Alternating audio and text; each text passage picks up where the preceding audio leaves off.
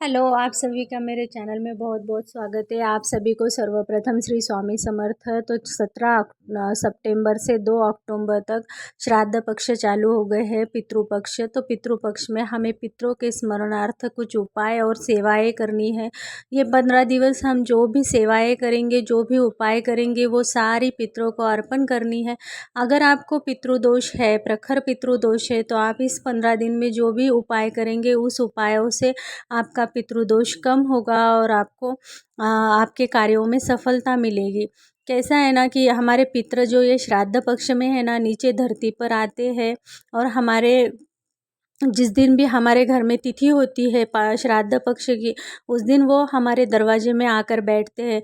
तो तब ना हमें उन्हें आघारी देनी होती है। तो आघारी किस प्रकार देनी होती है, ये भी मैं आपको वीडियो में पूरी जानकारी दूंगी, तो वीडियो लास्ट तक ज़रूर देखिए।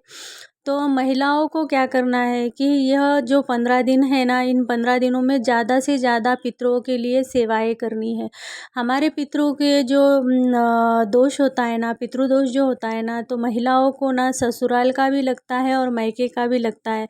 और पितृदोष ना एक पीढ़ी का नहीं, हमें 3 पीढ़ियों का लगता है। अब किसी किसी के सासू ससुरे जीवंत हो गए, तो उनका कहना ऐसा होता है कि सास ससुरे तो जीवंत है, तो फिर हम पितृ श्राद्ध करें या क्या। तो हाँ, तो हमें पितृ पक्ष में पितृ श्राद्ध करना चाहिए, क्योंकि हमारे ससुर ससुरे जीवंत है तो भी हमारे जो पूर्वज है, जो हमारे दादी सास है, दादा ससुरे है, उनका तो मृत्यु हो गया है ना, तो उनके स्मरणार्थ हमें पितृपक्ष में श्राद्ध करना चाहिए। तो श्राद्ध करने के लिए ना हम वहाँ सभी के घर में ना एक तिथि होती है, और उसी तिथि के दिन ही हम पकवान बनाकर श्राद्ध करते हैं और भोजन कराते हैं हमारे पितरों को। तब हम तर्पण विधि भी करते हैं। लेकिन 15 दिन भी हमें हमारे पितरों के लिए सेवा करनी होती है। पितृदोष हो चाहे न हो, फिर भी हमें ये 15 दिन छोटे छोटे जो उपाय है यह कर करना हम हमारे पितरों का आशीर्वाद प्राप्त कर सकते हैं, पितृदोष से मुक्त हो सकते हैं। तो हमें छोटे छोटे ये उपाय है, तो ये कौन से उपाय करने हैं, तो हमें क्या करना है ना, पहले सुबह सुबह ना हमें जल लेना है और जल में काले तिल डालकर ना सूर्यों को अर्घ देना है। सूर्यों को अर्घ देते समय हमें घृणी सूर्याय नमः या आदित्याय नमः का जप करना है। हम जब तक सूर्यों को जल देते हैं तब तक हमें जप करना है। और जब हम सूर्यों को जल देते हैं ना, तो जल देते समय ना नीचे बादली रख लेनी चाहिए, कि क्योंकि वो जल ना किसी के पैरों में ना आए, और फिर बाद में वो जल हम किसी भी पेड़ या पौधे में डाल सकते हैं।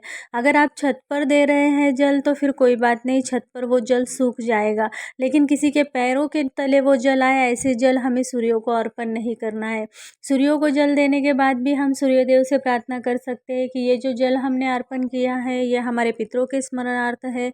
तो आप हमारे पितृ जहाँ भी हैं, तो उन्हें सुखी रखो, उनकी जो भी तकलीफ़ें हैं, उन तकलीफ़ों को दूर रखो, उन्हें मोक्ष की प्राप्ति होने दो, और हमारे परिवार को उनका आशीर्वाद मिलने दो, हमें उनका आशीर्वाद मिलने दो। हम जो भी देव पूजा करते हैं, वो पूजा भी हमें पितरों को समर्पित करनी है। उसके बाद हमें रोज़ तुलसी को जल देना है। तुलसी को जल देते समय हमें ओम नमो भगवते वासुदेवाय नमः इस मंत्र का 11 बार जप करना है। और हमें यहाँ पर भी कहना है कि हम जो भी सेवा कर रहे हैं ये 15 दिन, तो यह सेवा हमारे पितरों के लिए समर्पित है। तो हमारे पितरों को जो भी तकलीफ़ें हैं, हमारे पितृ जहाँ भी है, उन्हें सुखी रखो, उन्हें खुश रखो, उनकी तकलीफ़ों को कम कर कर हमें उनका आशीर्वाद मिलने दो। कैसा है ना, हम जिस घर में रहते हैं या जो भी हम आज है, तो हमारे पितरों के वजह से ही है, क्योंकि उन्होंने कुछ कर्म किए हैं, उन्होंने कुछ कमाई की है, उनकी कुछ प्रॉपर्टी है जो हम अभी यूज़ करते हैं। ऐसा कोई भी नहीं है कि जिनके पास पितरों का कुछ ना कुछ तो होगा ही, कुछ नहीं है ऐसा कोई भी नहीं है। तो हमारे पितृ जब आते हैं ना, जैसे हम भगवान के प्रति आस्था रखते हैं, वैसे हमें पितरों के प्रति भी आस्था रखनी चाहिए। पितरों के लिए ना बहुत जगह पे अंधश्रद्धा होती है, लोग पितृपक्ष से डरते हैं, कुछ भी श्रद्धाएँ पाल लेते हैं, तो ऐसा कुछ भी नहीं है। बहुत जल्दी प्रसन्न हो जाते हैं हमारे पितर। और उन्हें क्या चाहिए, सिर्फ़ थोड़ी-सी सेवा ही तो चाहिए। वो सिर्फ़ देखने आते हैं कि हम क्या कर रहे हैं, या हम उन्हें याद कर रहे हैं कि नहीं, हम उनके स्मरणार्थ क्या कर रहे हैं। तो आघारी कैसे देते हैं, पितरों को आघारी कैसे देते हैं? जिस दिन हम भी हमारे घर में तिथि हो पितृ श्राद्ध की, उस दिन जब भी जो भी हम अन्न पकाए ना, तो वो अन्न ना एक उपला, गाय को उपला ले लेना है और उसे जलाना है घर के बाहर। घर के बाहर जलाने के बाद उसके ऊपर हमें जो भी हमने अन्न बनाया है, उस अन्न को सब मिक्स कर कर, सभी अन्नों को एक जगह पर मिक्स कर कर हमें उस जो कंडा जलाया है हमने गौरी का, उसके ऊपर हमें पितरों के लिए तर्पण करना है।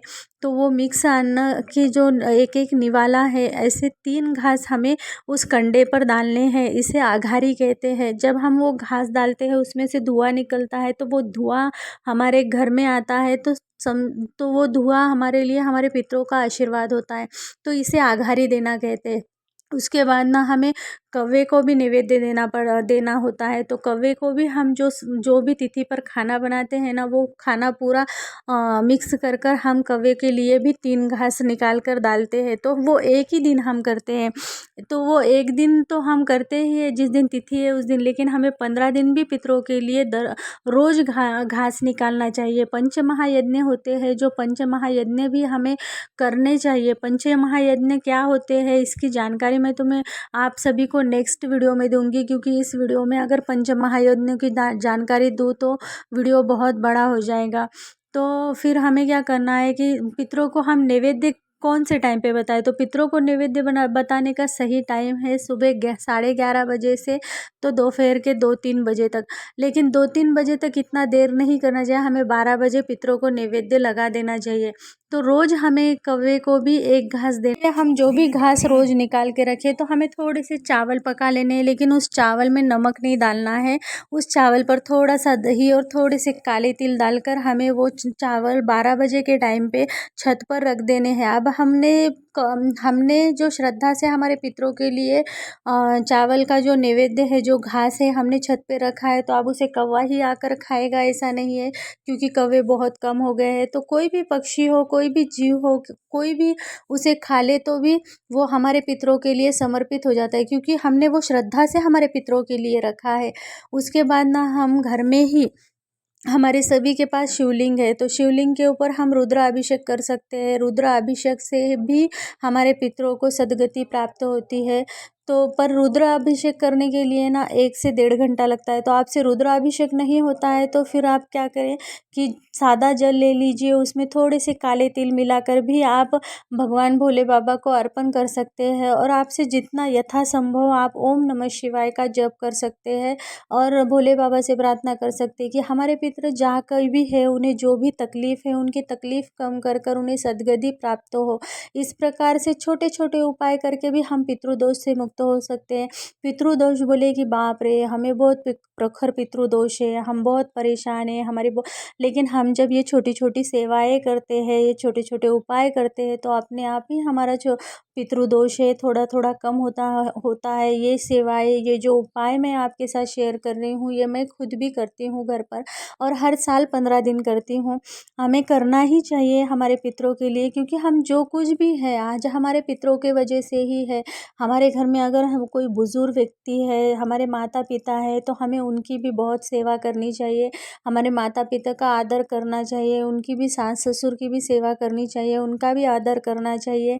उसके बाद ना हमें इस पितृपक्ष में दान करना है। तो हम क्या क्या दान कर सकते हैं, तो हम हमारे पितृ जो हमारे पूर्वज है, जैसे कपड़े पहनते थे, हम वैसे कपड़े उन्हें उनके नाम से किसी को दान कर सकते हैं।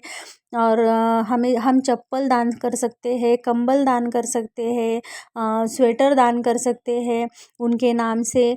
किसी भी गरीब व्यक्ति को, जिनको ज़रूरत है, किसी भी ज़रूरतमंद को हम अन्न दान कर सकते हैं। और जब हम उनकी तिथि पे हम जो भी खाना वो बनाए, तो तब हमारे घर पे ना उनके नाम से किसी भी व्यक्ति को हम बुलाकर खाना खिला सकते हैं, उस व्यक्ति का आदर तिथ्य कर सकते हैं। खाना खिलाने के बाद जो कपड़े, जो जूते, जो चप्पल वो पहनते थे, उस प्रकार हम उस व्यक्ति को दान कर सकते हैं।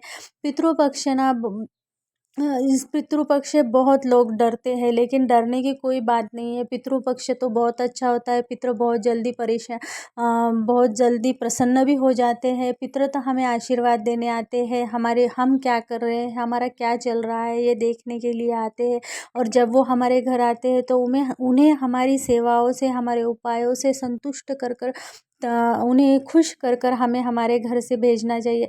हम जीवंत व्यक्तियों के तो खुशी की बहुत चिंता करते हैं, लेकिन मृत व्यक्तियों के लिए हम कुछ भी नहीं करते। वो वो भी तो हमारे पास ही, हमारे परिवार के ही सदस्य रह कर गए हैं, तो वो भी तो एक आशा के किरण की तरह ही हमारे तरफ देखते हैं और हमारे दरवाजे पर आते हैं। तो इस पितृपक्ष में मैंने आपको जो भी सेवाएं बताई है, जो भी उपाय है बताए हैं, आप ज़रूर कीजिए। दोष के निवारण के लिए हम और कौन सी सेवा कर सकते हैं, इसके बारे में मैं आपको दूसरे वीडियो में बताऊंगी, क्योंकि वीडियो ऑलरेडी बहुत बड़ा हो गया है। तो मैंने दी वाली जानकारी, इन्फॉर्मेशन आपको अगर अच्छी लगी हो तो मेरे चैनल को लाइक कीजिए, ज़्यादा से ज़्यादा लोगों तक शेयर कीजिए। जिनको भी पितृदोष है वो इन उपायों को कर कर उनका पितृदोष कम हो। ज़्यादा से ज़्यादा लोगों तक शेयर कीजिए, मेरे चैनल को सब्सक्राइब कीजिए। मिलते हैं नेक्स्ट वीडियो में।